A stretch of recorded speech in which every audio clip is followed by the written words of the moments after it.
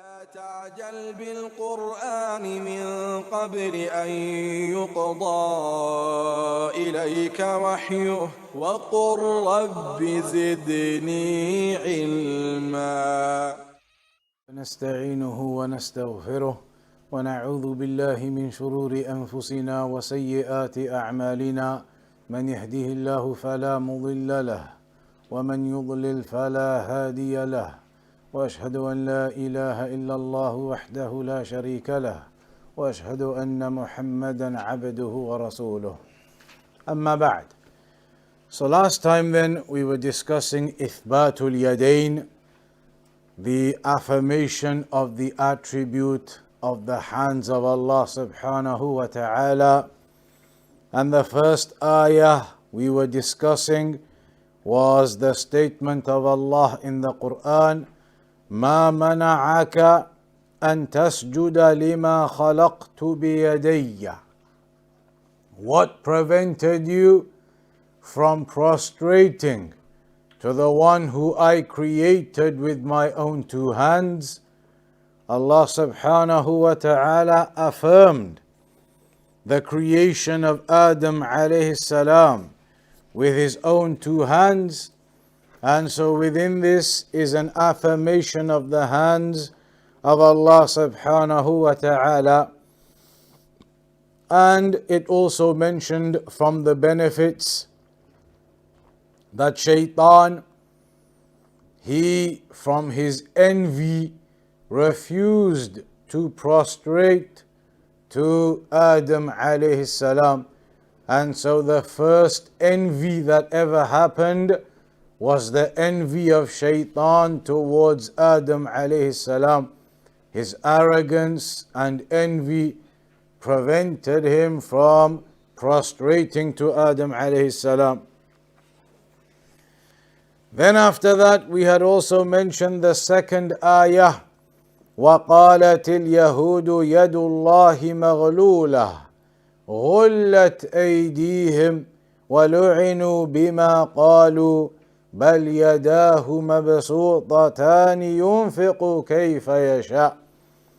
And the Jews, they said that the hands of Allah are tied, are bound, and they were cursed upon what they said. Rather, the two hands of Allah are open and widespread, and He gives to whom He wishes. So in this ayah, Allah subhanahu wa ta'ala had informed us that the Jews made this evil claim against Allah. They said that Allah is miserly, that Allah does not spend and cannot spend, and that Allah's hands are tied. So Allah said they are cursed for what they said. They are cursed for this evil claim they made against Allah, because the truth is Allah's hands are open and widespread, and He gives to whom He wishes. And so this ayah once again has a very clear affirmation of the hands of Allah subhanahu wa ta'ala. And so when Allah said, يُنْفِقُ كَيْفَ يَشَاءُ, that Allah spends as He wishes and gives as He wishes. So there are some people, مِنَ النَّاسِ مَنْ يُعْطِيهِ كَثِيرًا. There are some people whom Allah gives plentifully to. وَمِنْهُمْ مَنْ يُعْطِيهِ قَلِيلًا. And there are some who Allah only gives a little to. وَمِنْهُمْ مَنْ يُعْطِيهِ وَسَطًا. And there are some whom Allah gives in the middle, not too much and not less. تَبَعًا لِمَا تَقْتَضِيهِ الْحِكْمَةِ. And that is all in line with the wisdom of Allah subhanahu wa ta'ala. على أن هذا الذي أعطي قليلا ليس محروما من فضل الله وعطائه من جهة أخرى. And also, it should be noted that someone who is only given a little, they are only given a little bit in this world, Allah only gives them a little bit in this world, that does not mean that they have been deprived of the goodness. It does not mean that they have been deprived of the virtue of Allah. فَاللَّهُ أَعْطَاهُ صِحَّةً وَسَمْعًا وَبَصَرًا وَعَقْلًا وَغَيْرَ ذَلِكَ مِنَ النِّعَمِ الَّتِي لَا تُحْصَى.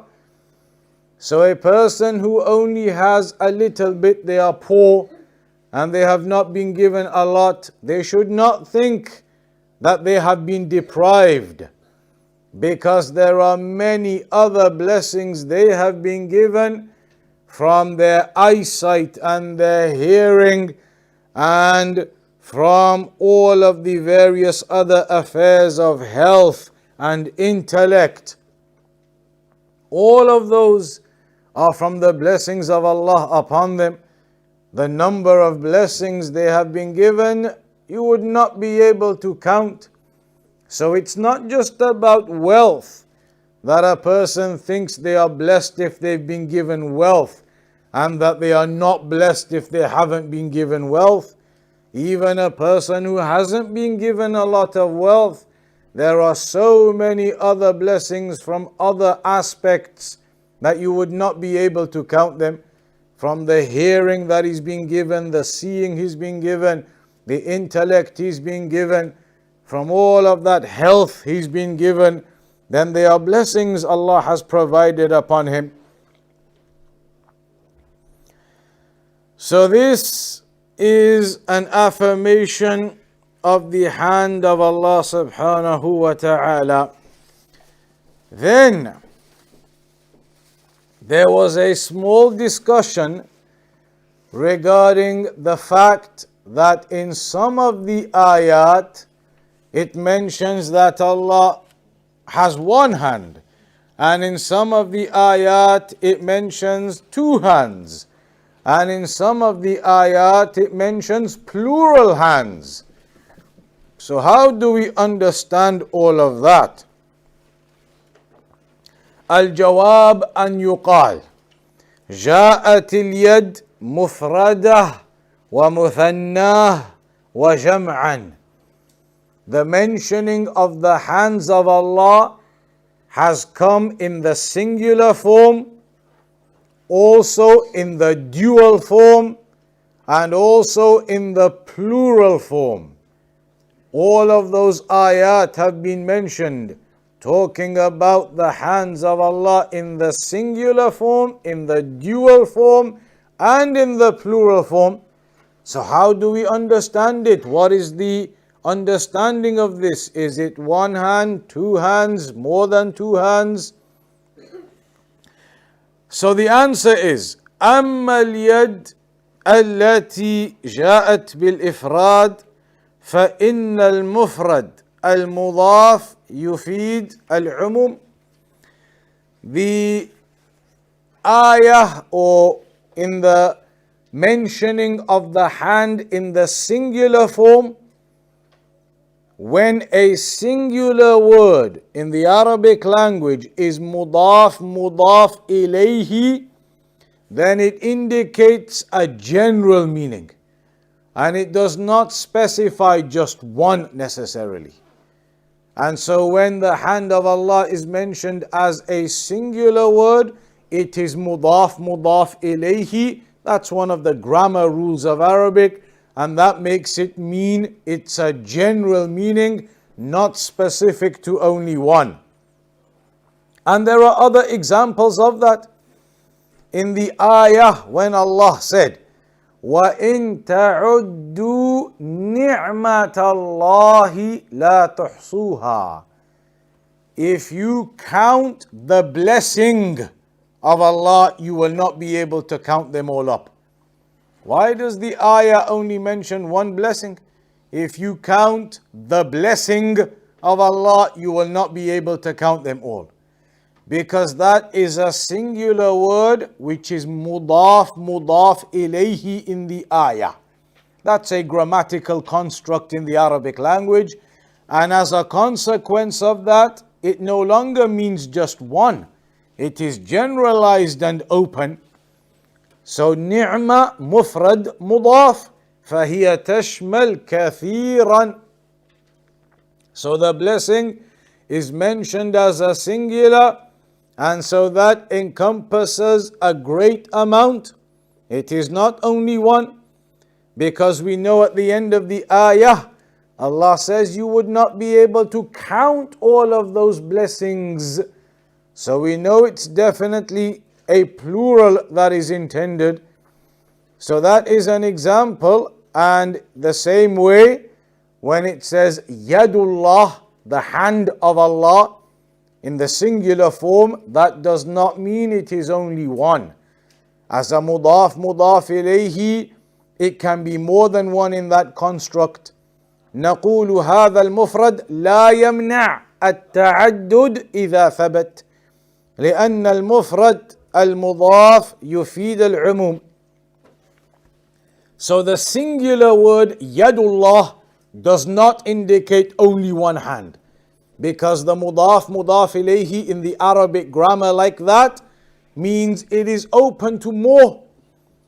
So there is no evidence therefore to prove that it is only one hand of Allah.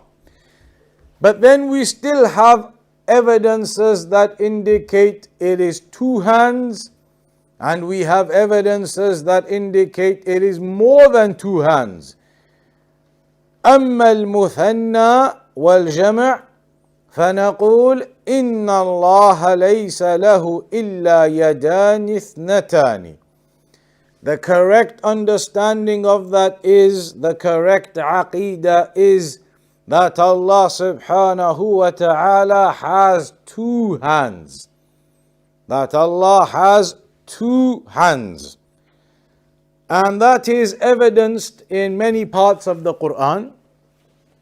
For example, when Allah mentioned in that ayah, لِمَا خَلَقْتُ بِيَدَيَّ, that which I created with my two hands.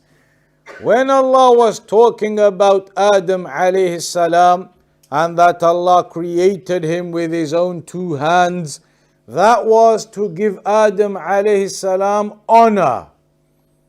To give Adam alayhi salam honor and nobility.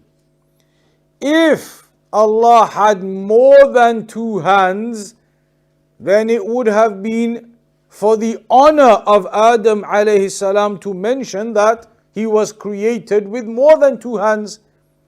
It would not have been restricted to say just two hands, because the point was to honor Adam alayhi salam, that he was created by the hands of Allah.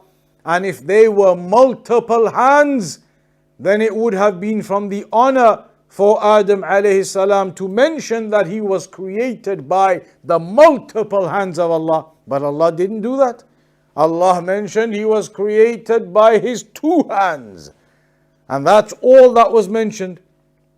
So this indicates that there are only two hands. Also in the ayah in Surah Al-Ma'idah, when Allah subhanahu wa ta'ala said, بَلْ يَدَاهُ مَبْسُوطَتَانِ, rather his two hands are widespread. His two hands are widespread. بَلْ يَدَاهُ مَبْسُوطَتَانِ, his two hands are widespread. And again, the Jews had claimed that Allah's hands are tied. Now Allah is rebuking them and mentioning this honor for himself that Allah gives openly with his hands open and widespread. If they were multiple hands, then wouldn't that have been an even better thing to mention, that Allah gives with all of his multiple hands, rather than restricting it to just two? Allah restricted it and only mentioned two because it is only two hands. If Allah gave with more than two hands, then Allah would have mentioned, because that's even better then. It is even better if Allah gave with more than two hands in that understanding of the numbers. So here in that place of mentioning the hands, and if they were more than two, then they would have been mentioned there, and they were not mentioned there. So that is another example of why the correct Aqeedah is that Allah subhanahu wa ta'ala has two hands. In the Sunnah, there are also examples that highlight the fact that Allah subhanahu wa ta'ala has two hands. فإن الرسول عليه الصلاة والسلام قال يطوي الله تعالى السماوات بيمينه والأرض بيده الأخرى. In this hadith in Al-Bukhari and Muslim, hadith of Ibn Umar and Abu Hurraira radiyallahu anhuma, the Prophet sallallahu alayhi wasallam mentioned that Allah subhanahu wa ta'ala will roll up the earth, or rather, Allah will roll up the heavens in His right hand. That on that day, Allah will roll up the heavens in His right hand and the earth in His other hand. So that indicates how many? Two. That Allah will roll up the heavens in His right hand and the earth in His other hand, therefore indicating two hands. In another hadith of Abdullah ibn Umar radiyallahu anhuma in Sahih Muslim, it's mentioned kilta yadayhi yamin, both of the hands of Allah are right hand. Both of the hands of Allah are right hand. And that again indicates the nobility and indicates the greatness of the attributes of Allah, that there is no weakness. We think about ourselves as having the good hand and the bad hand. The good hand that you write with and everything, and then your weak hand. But the hadith says here, Allah subhanahu wa ta'ala does not have any weak hand. The hands of Allah, both are right hands. And also, أجمع السلف على أن لله يدين اثنتين فقط بدون زيادة. And the Salaf, they are agreed upon the fact that the hands of Allah are two, only two and not more. That is by the consensus of the Salaf, that the hands of Allah subhanahu wa ta'ala are two hands and that they are not more than two hands. فعندنا النص من القرآن والسنة والإجماع على أن لله تعالى. Therefore, we have ayat of the Quran, a hadith from the Sunnah, and the consensus upon the fact that the hands of Allah are two. But then, one issue remains, that there is an ayah where it says in Surah Yasin, مِمَّا عَمِلَتْ أَيْدِينَا, what our hands did. That's a plural. Plural is usually three or more. So that ayah seems to indicate possibly that there are more than two hands.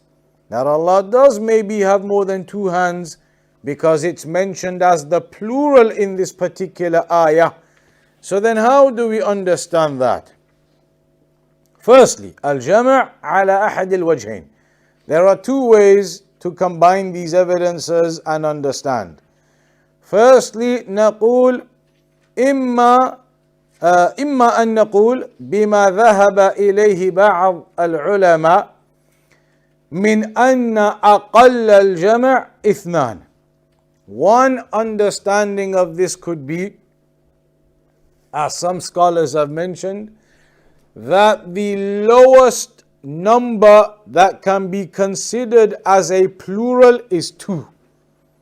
Usually when you think of plural, it's at least 3 or more. When you think of plural, it's usually 3 or more. But there are some scholars who have mentioned that in the Arabic language it is possible that a plural, a jama', can be 2 or more. And so if that's the opinion you take, then there isn't any issue, because this ayah can then just mean 2 hands again. So that is one possible explanation.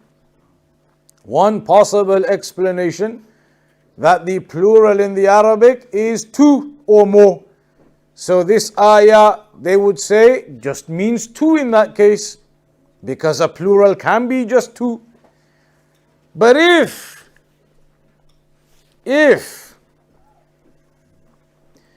you do not accept that the minimum plural can be 2 or more, then you will need to explain further. And the majority of the scholars of Arabic language, they say that a plural is actually 3 minimum. 3 or more minimum. أقل الجمع ثلاثة. So in that case, we would need to find some explanation or have an understanding of what this means. وإن خروج الجمع إلى اثنتين أو إلى اثنين في هذه النصوص لسبب، وإلا فإن أقل الجمع في الأصل 3. وإما أن نقول إن المراد بهذا الجمع التعظيم، تعظيم هذه اليد، وليس المراد أن لله تعالى أكثر من 2. The other explanation therefore then can be that the plural is being used to indicate greatness, not to actually indicate 3 or more, but to indicate greatness. It's a little bit like in the English language, linguistically as an example only. Linguistically, when they talk about the royal we, it's one person talking about himself, but they say we, the royal we they call it, because it is just to signify the greatness of that station and that rank and who they are and what they are saying. So in the Arabic language, something similar like that, where you can use the plural word, not because you mean the plural, but because you indicate greatness. You indicate greatness by that. Indicate the lofty nature of the affair.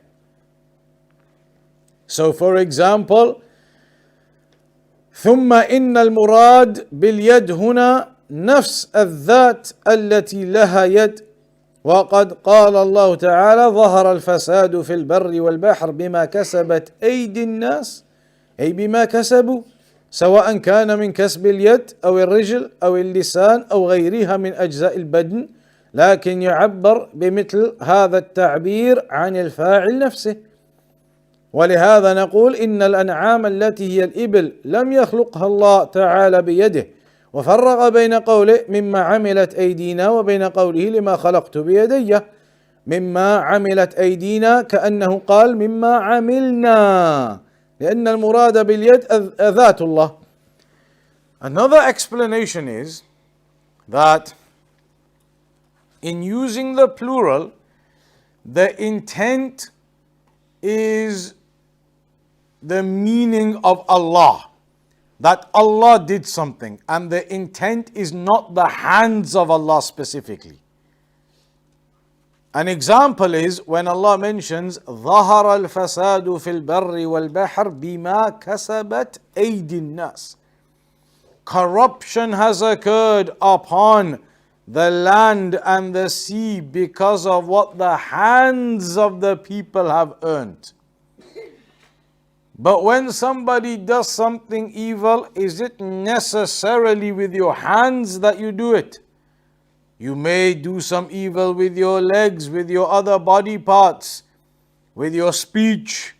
There are different ways to perform evil, but the ayah says with what their hands earned and what their hands did. Is it specific to the corruption that was only made by their hands as opposed to the corruption by their speech and their tongues? Not at all. All of it is included. So in that ayah, when it says by what the hands of the people earned, it doesn't necessitate it's only the corruption of the hands. Could be corruption of the tongue with it, corruption of the limbs, the other body parts, everything. So that indicates that the hands of the people, what they earned, actually in that context means the people themselves. Corruption has occurred because of what the people themselves have done. Not necessarily only what their hands have done, what their speech has done, what their other limbs have done, everything. So sometimes a plural word can be used like that, and it's not the word that you intend, it's the essence that you intend. So the hands of the people, it's not specifically the hands that are intended, it is the people. And in the same way, when Allah subhanahu wa ta'ala mentioned مِمَّا عَمِلَتْ أَيْدِينَا, what our hands did, it may not necessitate that it means physically, actually, that or literally rather, literally that it was the hands of Allah that did that, but it could just mean generally that it was Allah who did that. That it was Allah who did that. Just like with the people, it doesn't necessitate their hands, the people generally what they did. And so here, مِمَّا عَمِلَتْ أَيْدِينَا may not necessitate the hands of Allah specifically, but rather generally what Allah did. That Allah created the cattle and the camels and the other affairs. Whereas when it came to Adam alayhi salam, 2 hands were mentioned specifically to indicate that the creation of Adam wasn't just generally that Allah created him, but Allah created him specifically with the 2 hands. That's the difference. When the 2 are mentioned, specifically with the 2 hands Adam was created. When the plural is mentioned, then maybe the meaning can just mean generally that Allah did that, rather than specifically by the hands of Allah. So in this case, there would be no problem with that plural ayah, or anywhere where the plural is mentioned. In that case, it would simply be from the greatness of Allah subhanahu wa ta'ala, and it is returning back to Dhatullah, that Allah is the one who did those affairs. وبهذا يزول الإشكال في صفة اليد التي وردت بالإفراد والتثنية والجمع. So in that way, there is no problem then in terms of the attribute of the hand. When it's been mentioned in the singular, the dual and the plural, we know that the singular, when it's mudaf ilayhi, is not restricted to one. And the plural could just be indicating Dhatullah. Or upon the opinion of some of the scholars, a plural can just be 2 anyway. So the conclusion is, the correct Aqeedah is that Allah subhanahu wa ta'ala, we affirm for him 2 hands. 2 hands, and that is how the evidences combine and are understood. فعلم الآن أن الجمع بين المفرد والتثنية سهل وذلك لأن هذا مفرد مضاف فيعم كل ما ثبت لله من يد وأما بين التثنية والجمع فمن وجهين. نعم, so this is repeating what we mentioned there on how to combine between the evidences.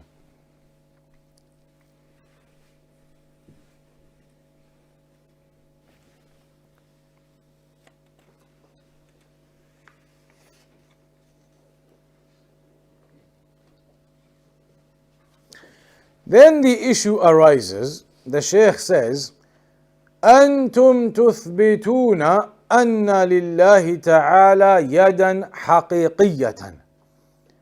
that you are claiming that Allah has a hand or two hands in reality. That it doesn't just mean power and all these other things the people of innovation made up. You're now saying, we are saying Allah has two hands in reality. And if somebody now comes along and says, وَنَحْنُ لَا نَعْلَمُ مِنَ الْأَيْدِ إِلَّا أَيَادِ الْمَخْلُوقِينَ فَيَلْزَمْ مِنْ كَلَامِكُمْ تَشْبِيهُ الْخَالِقِ بِالْمَخْلُوقِ. If somebody comes along and says, okay, you are affirming the two hands to Allah, that Allah has two hands, but we don't know any type of hands except the hands that we have. All we know about hands is what we have. These are the hands that we know.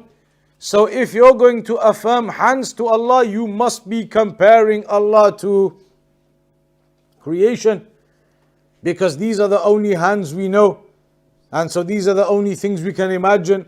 You must therefore be comparing Allah to creation if you affirm the two hands of Allah.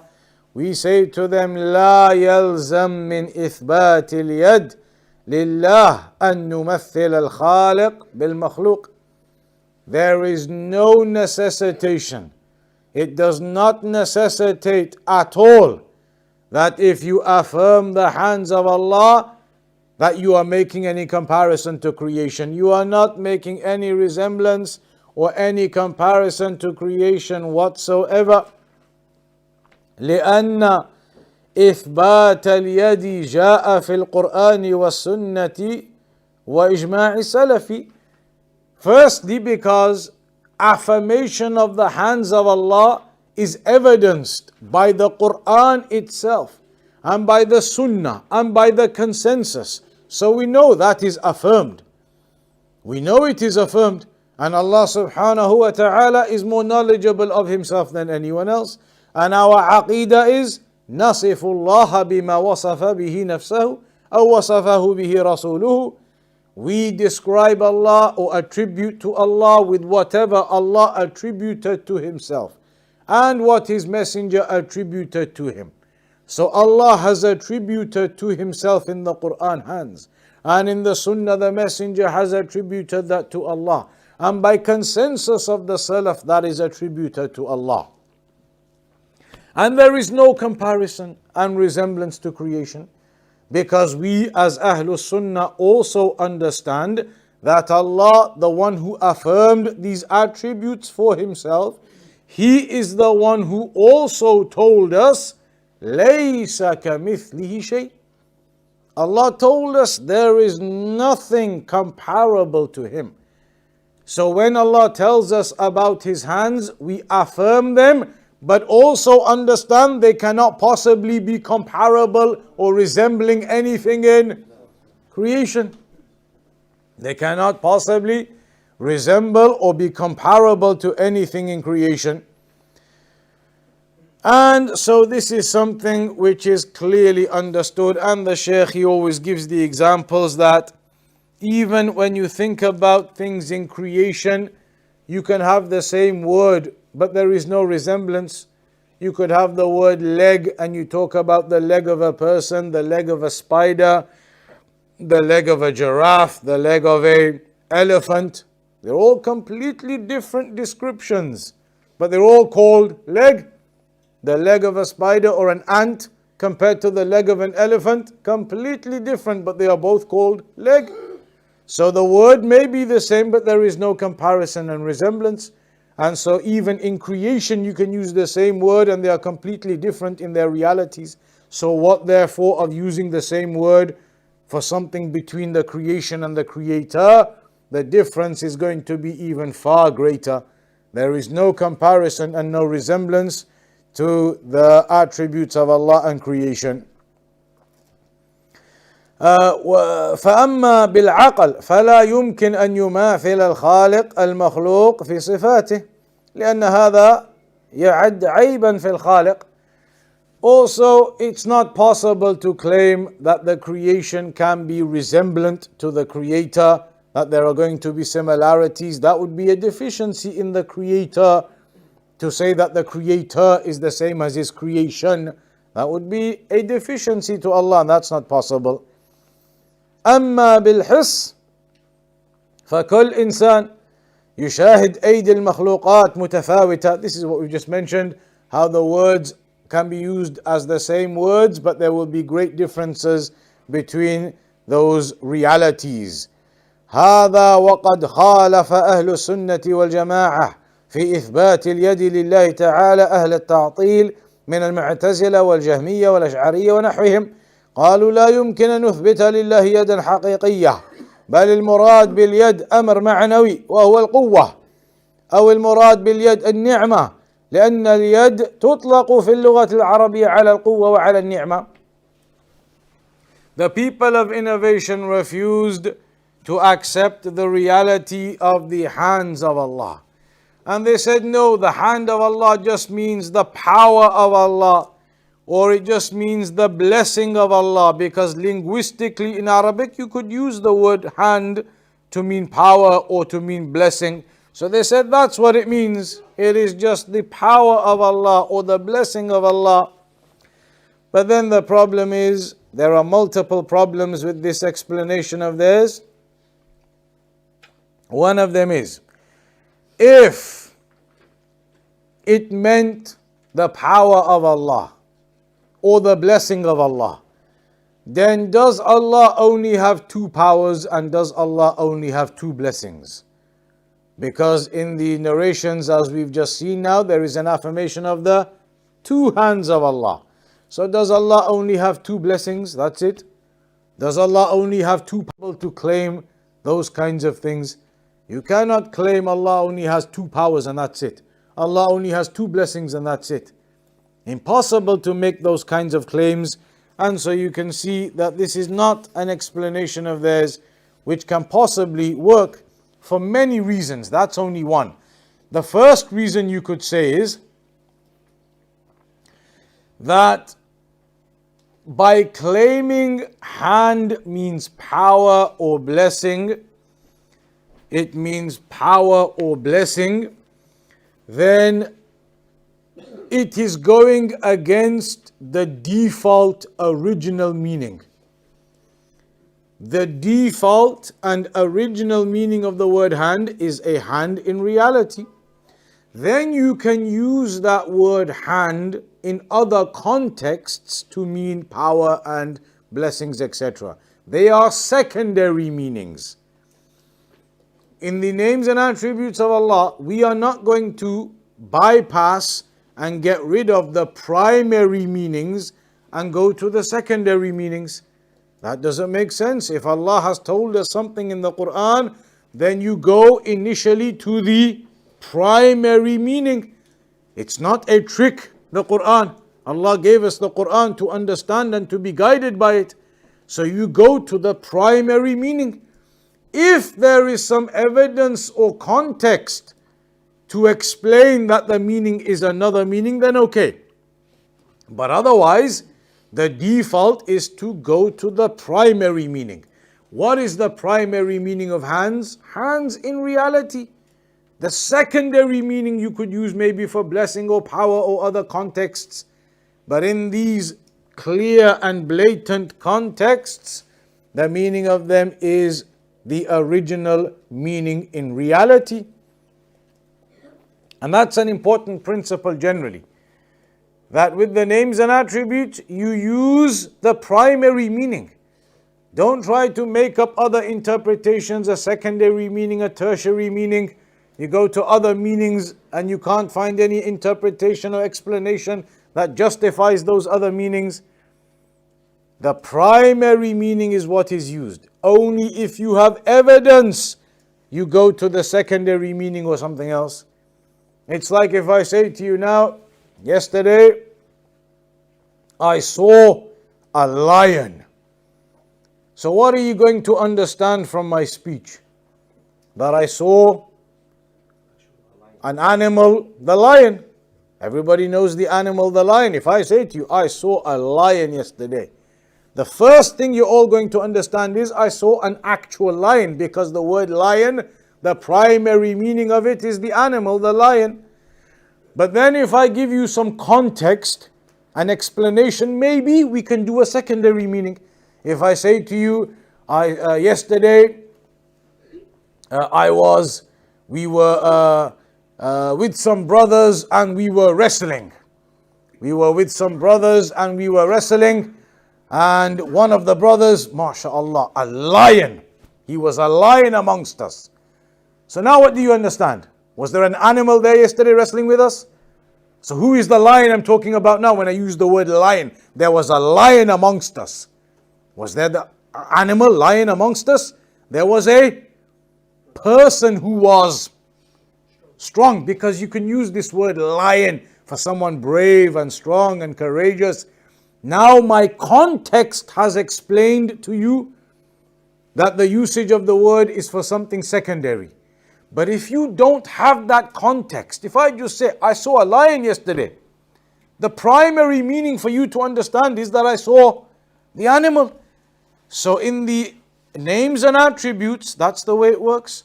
When you see the names and attributes of Allah in the Quran, the Sunnah, it's the primary meaning that is used. Only if you have evidence you can go to the secondary meanings and other meanings. So when it comes to the hands of Allah, there is no evidence to tell you that the meaning is the secondary meaning, that it is the blessings of Allah or the powers of Allah. In fact, the evidences tell you that it cannot be the secondary meaning. Because how can it be that Allah only has two blessings, or Allah only has two powers and that's it? So this is something that the people of innovation always do. Go to the secondary meanings and other meanings, and they leave the actual primary meanings, and so they deviate away from the reality of the meaning. Also in this situation, like we mentioned, we also have a consensus of the Salaf anyway. A consensus of the Salaf that the meaning is reality of hands. So anybody who claims otherwise, they are going against the consensus of the Salaf in this affair. So the likes of Abu Bakr and Umar and Uthman and Ali radiyallahu anhum and the other companions, they all believed in the reality of the hands of Allah. If you're going to tell me, if anybody claims no they didn't, they believed that the hands of Allah means the power and it means the blessings, then the situation is very simple. You say to the person, go and give me the statement then. Find me the narration where Abu Bakr said it means power. Find me the narration where Umar said it means blessings. Find me the narrations from the Salaf where they said that. Will they ever be able to find them? Never. They will never be able to find those narrations as they claim. So in that case, we know that this is the reality of the meaning. Also, if the meaning of the hand of Allah was just the power of Allah or the blessing of Allah, then how would that be a nobility for Adam? Allah created Iblis with his power. Allah created Adam with his power in that case. So how does that make Adam any better? Allah was giving Adam nobility. I created him with my own two hands. If the hands just mean power, then Adam is the same as Iblis. Allah created Iblis with his power. Allah created Adam with his power. Then what nobility does Adam have over Iblis in that case? Nothing is left. And that's incorrect then. The ayat clearly show you that's not the meaning. The ayat show you the meaning is a nobility for Adam. And that's why Allah told them to prostrate to him. So all of these evidences and examples, they highlight to you that the meaning is the hands of Allah in reality, and that the meaning is not the power or the blessing and all of these other secondary interpretations that the people of innovation bring about. That brings us to the end of the chapter on the hands of Allah subhanahu wa ta'ala. The next chapter is going to be about the ayat in the Quran that talk about the attribute of the eyes of Allah subhanahu wa ta'ala. What is mentioned regarding the eyes of Allah subhanahu wa ta'ala, the ayat in the Quran, in the Sunnah, the Hadith that mention the eyes of Allah subhanahu wa ta'ala. That's what we'll start from the next time, insha'Allah.